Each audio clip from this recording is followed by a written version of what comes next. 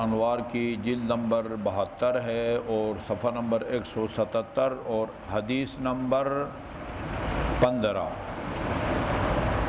عدۃ الداعی کی روایت ہے عن اسماعیل بن عمار، راوی کا نام اسماعیل بن عمار ہے اور امام جعفر صادق علیہ السلام سے وہ اس روایت کو نقل کرتے ہیں۔ اللہم صلی علی محمد۔ قلت لأبی عبداللہ المؤمن رحمۃ، یہ المؤمن رحمۃ آگے اگر سوالیہ نہ ہو تو عربی زبان میں یہ خبر ہے، مومن رحمت ہے، اور اگر آگے سوالیہ نشان ہو تو پھر یہ سوال بنتا ہے، ہاں بولا کیا مومن رحمت ہے؟ یہاں سوالیہ نشان ہے، چونکہ آگے پھر جو جواب ہے امام کی طرف سے اس سے پتہ چلتا ہے کہ یہ سوال ہے، خبر نہیں ہے۔ جب یہ پوچھتے المؤمن رحمتن، آگے امام فرماتے ہیں نعم، ہاں، اس کا مطلب ہے کہ یہ اسماعیل بن عمار جو ہے وہ پوچھ رہا ہے، سوال کر رہا ہے امام علیہ السلام سے۔ قلت لأبی عبداللہ، کیا امام حسین بھی ابو عبداللہ ہیں؟ السلام علیکم یا ابا عبداللہ، اور امام جعفر صادق علیہ السلام بھی ابو عبداللہ ہیں۔ المؤمن رحمۃ قال نعم، اس کے بعد آپ نے پھر وضاحت شروع کر دی کہ یہ مومن کس طرح ہم اس کو رحمت کہہ سکتے ہیں۔ ایما مؤمن اتاہ اخوہ فی حاجتہ فانما ذلک رحمت ساقہ اللہ الیہ۔ اچھا جی، جب بھی کوئی مومن اپنا کوئی ضروری کام لے کے دوسرے مومن کے پاس جاتا ہے، یہ ایک مومن کا اپنا ضروری کام لے کے آپ کے پاس آنا، یہ اللہ کی طرف سے ایک رحمت ہے جو آپ کی طرف چلی آئی ہے۔ ترجمہ اس کا سلیس یہ بنتا ہے ایما مومن، کوئی بھی مومن اتاہ اخوہ فی حاجتہ، جس کے بعد کوئی اور برادر مومن اپنا کوئی کام لے کے، کاموں کی ایک طولانی فہرست بنتی ہے، فلاں جگہ داخلہ نہیں مل رہا ہے، ہسپتال میں داخلہ نہیں مل رہا ہے، اچھا جی باپ بیمار ہے، ماں بیمار ہے، فیس پوری نہیں ہے، یہ تمام کے تمام جو ہے نا وہ جائز حاجات، جائز کام، ضروری حاجات لے کے آئے تو یہ ایک رحمت ہے، ساقہ اللہ الیہ ہے، اور یہ بھی اللہ نے یہ رحمت آپ کی طرف بھیجی ہے۔ یہ ایک مومن کا، نیازمند آدمی کا آپ کے پاس آنا، یہ اللہ تعالیٰ کی طرف سے جو ہے وہ آپ کی طرف سے رحمت ہے جو بھیجی ہے، سیبہا الیہا، جو بھیج دی ہے، چلا دی ہے اللہ تعالیٰ نے اس کی طرف۔ فَإِنْ قَضَاهَا كَانَ قَدْ قَبِلَ الرَّحْمَةَ بِقَبُولِهَا، اگر تو یہ اپنے مومن کا یہ کام کر دے، حاجت روائی کر دے، لفظی ترجمہ یہ بنتا ہے حاجت روائی کر دے، اس کا مطلب ہے کہ اس نے اللہ کی طرف سے آنے والی رحمت کو اس نے قبول کر لیا ہے۔ نہیں کرتا تو ادھر تو نہیں ہے، لیکن مطلب یہ ہے میرا ترجمہ خدایا مجھے تیری رحمت نہیں چاہیے، ایسے ہی بنتا ہے نا۔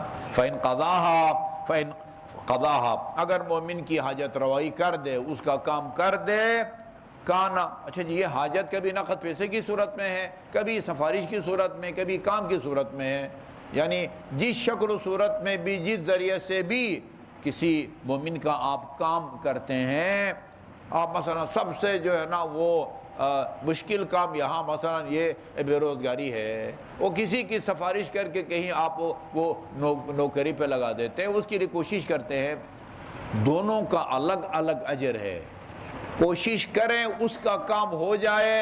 امام حسن مجتبی علیہ السلام نے فرمایا اللہ تعالیٰ اگر مومن کے لیے کوشش کریں اور کام ہو جائے آپ کو حج اور عمرے کا ثواب دیتا ہے، اور اگر کوشش کریں کام نہ ہو تو آپ کو عمرے کا جو ہے نا وہ ثواب دیتا ہے۔ اچھا جی، بندہ سوچ بھی نہیں سکتا، قَانَ قَدْ قَبْلَ الرَّحْمَةِ قَبُولِهَا، یہ مومن کی حاجت کو قبول کرنا اور اس کام کرنا، یہ گویا اللہ تعالیٰ کی طرف سے آئی ہوئی رحمت کو آپ وصول کر رہے ہیں اور قبول کر رہے ہیں۔ فَإِنْ رَدَّهُ وَهُوَ يَقْدُرُ عَلَى قَضَائِهَا، کام کر سکتا ہے لیکن نہیں کرتا، اس کو ٹھکرا دیتا ہے، وہ جامعہ حالات صحیح نہیں ہے، ٹھیک ہے نا، اگر اس کو رد کر دیتا ہے تو فَإِنَّهُ، اور جبکہ وہ يَقْدُرُ عَلَى قَضَائِهَا، حاجت روائی کی قدرت رکھنے کے باوجود اگر اس کو مسترد کر دے، فقد رد عن نفسه الرحمت التي ساقها اللہ الیہ وسیبها، اس نے اس رحمت کو ٹھکرا دیا ہے جو رحمت اللہ تعالیٰ نے اس کی طرف بھیجی تھی یا نازل فرمائی تھی۔ اچھا، وہ عجیب بات ہے بھائی، جو رحمت چلی تھی نا وہ پھر واپس خدا کے پاس نہیں جاتی، اس کے پاس جاتی ہے جس کو آپ نے ٹھکرا دیا ہے۔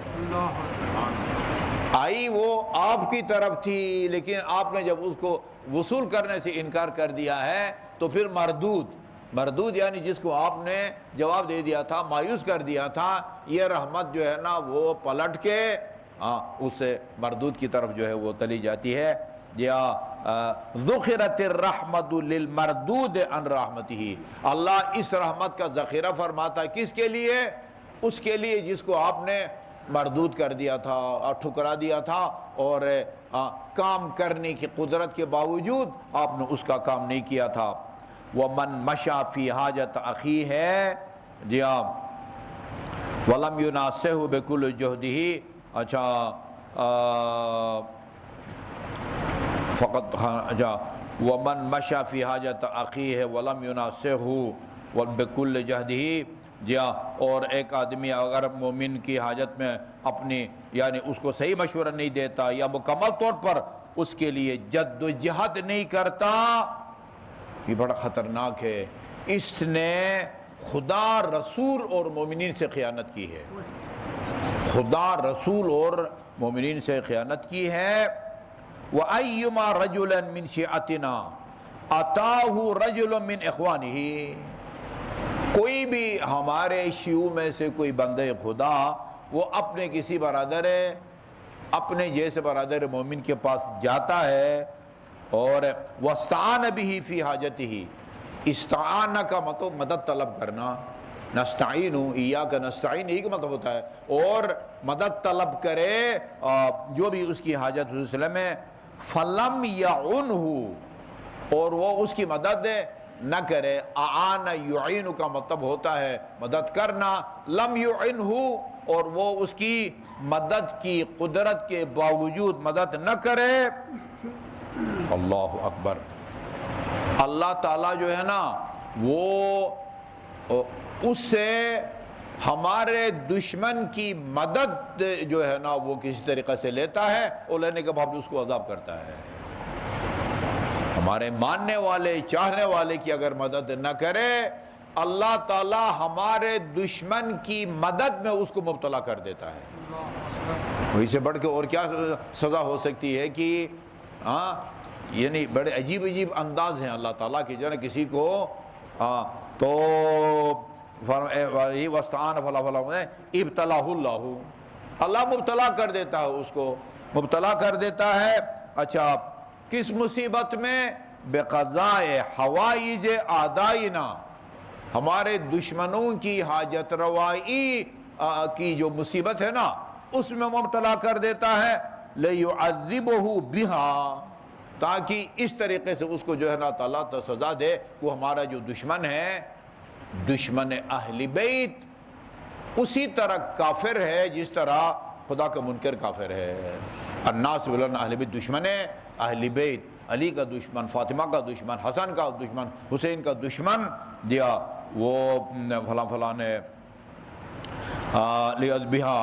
وَمَنْ حَقَّرَ مُؤْمِنًا فَقِيرًا، جو کسی فقیر مومن کی توہین کرے، اس کی تحقیر کرے، وَاسْتَخَفَّ بِهِ، یہ بعض اوقات ہمارے انتظامیہ کو خیال رکھنا چاہیے، بعض اوقات بہت ہی وہ کچھ لوگ پیشور ہوتے ہیں، یہ بڑا ایک مشکل مرحلہ ہوتا ہے، مستحق اور غیر مستحق میں تمیز کرنا، فرق کو سمجھنا۔ بہرحال جو بھی ہے، روایت یہ ہے کہ اگر کوئی تمہارے پاس گھوڑے پر سوار ہو کے سواری کی حالت میں بھی آئے اور تم سے کوئی سوال کرے تو اس کو ٹھکراؤ مت. سوار ہو کے آئے اس کا مطلب ہے کہ اچھا خاصا جو ہے نا وہ پیسہ والا ہے, ورنہ اس کے پاس سواری کہاں سے آ گئی. ایسا نہ کرو, ٹھیک ہے نا. وہ جو بھی توفیق ہے اس کے مطابق اس کی مدد کرو. جی آپ فقیر, کسی مومن فقیر کی, وہی جو ہے بعض اوقات اس کو جھڑک کے بٹھا دیتے ہیں نا, یہ نہیں ہونا چاہیے. بلکہ میں نے بعض علماء کرام کو بھی وہ سنا ہے, کہتے ہیں تمہیں کیا حق پہنچتا ہے اس کو روکنے کا, ٹھیک ہے نا. وہ اس کو جھڑک کے جو ہے نا ان سے یہ کہہ دیتے ہیں ہمارے سامنے کی بات, آپ کے سامنے بات, او بیٹھ جا بیٹھ جا. یہ تحقیر ہے, یہ تحقیر کرے. واستخف به, اس کو خفیف سمجھے, ہلکا سمجھے. واحتقره لقلة ذات يده, اس لیے اس کی تحقیر کرے کہ یہ غریب آدمی ہے, یہ غریب آدمی ہے. وفقره شہرہ اللہ یوم القیامت علی رؤوس الخلائق, اللہ تعالیٰ روز قیامت تمام اہل محشر کے سامنے اس سے تحقیر کرنے والے, یہ جھڑکنے والے کو اللہ تعالیٰ بے نقاب فرماتا ہے. شہرہ, روز قیامت اللہ تعالیٰ جو بھی وہاں کسی کو بے نقاب کرنے کا انداز ہوگا, اللہ تعالیٰ اس انداز کے مطابق اس کو جو ہے نا وہ بے نقاب فرمائے گا. اور حقرہ, جس طرح اس نے اس مومن کی تحقیر یا توہین کی ہے, ادھر اللہ تعالیٰ سب لوگوں کے سامنے اس کی تحقیر کرے گا. اور وَلَا يَزَالُ مَاقِتًا لَهُ, اللہ تعالیٰ اسے ناراض رہے گا. مقت کا مطلب ہوتا ہے ناراض ہونا. مَاقِتًا لَهُ, اچھا یہ اسی کے ذیل میں آتا. وَمَنْ اُغْتِيبَ عِنْدَهُ أَخُوهُ الْمُؤْمِنِ, جی برادر مومن کی غیبت کی جائے, میرے پاس آ کے کوئی کسی کی غیبت کرے, آپ کے پاس آ کسی کی غیبت کرے, فَنَصَرَهُ وَعَانَهُ, اور آپ اس بندے کی مدد کریں جس کی غیبت کی گئی تھی. کس طرح مدد کریں گے؟ اس کو روکیں, ٹوکیں, بھائی یہ گناہ کر رہے ہو, تمہیں پتہ ہے اس کے نتیجے میں تمہاری نیکیاں اس کے اعمال میں جاتی ہیں اور اس کی برائیاں تمہارے نامہ اعمال میں آتی ہیں. اس کو ٹوکے, روکے اور اس بندے کی مدد کرے جس کی غیبت کی جا رہی ہو. تو اللہ تعالیٰ اس روکنے ٹوکنے والے کی دنیا میں بھی مدد کرتا ہے اور آخرت میں بھی مدد کرتا ہے. اور اس کا الٹ اگر ہو, وَمَنْ لَمْ يَنْصُرْهُ وَلَمْ يَدْفَعْ عَنْهُ, اور جو اس بندے کی مدد نہ کرے جس کی غیبت کی جا رہی ہے اور اس کا دفاع نہ کرے جبکہ دفاع کی وہ قدرت رکھتا ہے, اللہ تعالیٰ اس کو دنیا میں بھی رسوا اور حقیر فرماتا ہے اور روز قیامت بھی اس کو دنیا میں اور آخرت میں حقیر فرماتا ہے.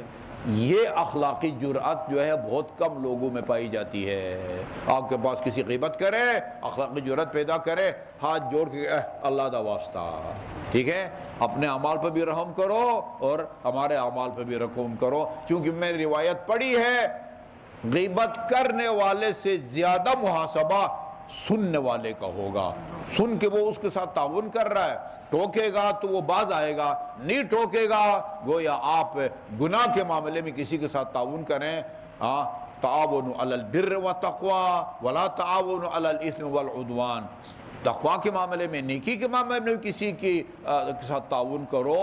ظلم کوئی کر رہا ہو, گناہ کوئی کر رہا ہو تو اس کا تعاون مت کرو. یہ جو غلط پڑھتے ہیں نا ممبر پر آ کے, ٹھیک ہے نا, وہ نیچے نعرے لگانے والے, وہ تعاون علی الاثم کے زمرے میں آتا ہے. وہ گناہ کر رہا ہے اور آپ اس کی تائید کر کے, ٹھیک ہے نا, وہ جو ہے نا وہ تعاون علی الاثم کر رہے ہیں. اللہ تعالیٰ ہمیں اس روایت پر عمل کرنے کی توفیق عطا فرمائے.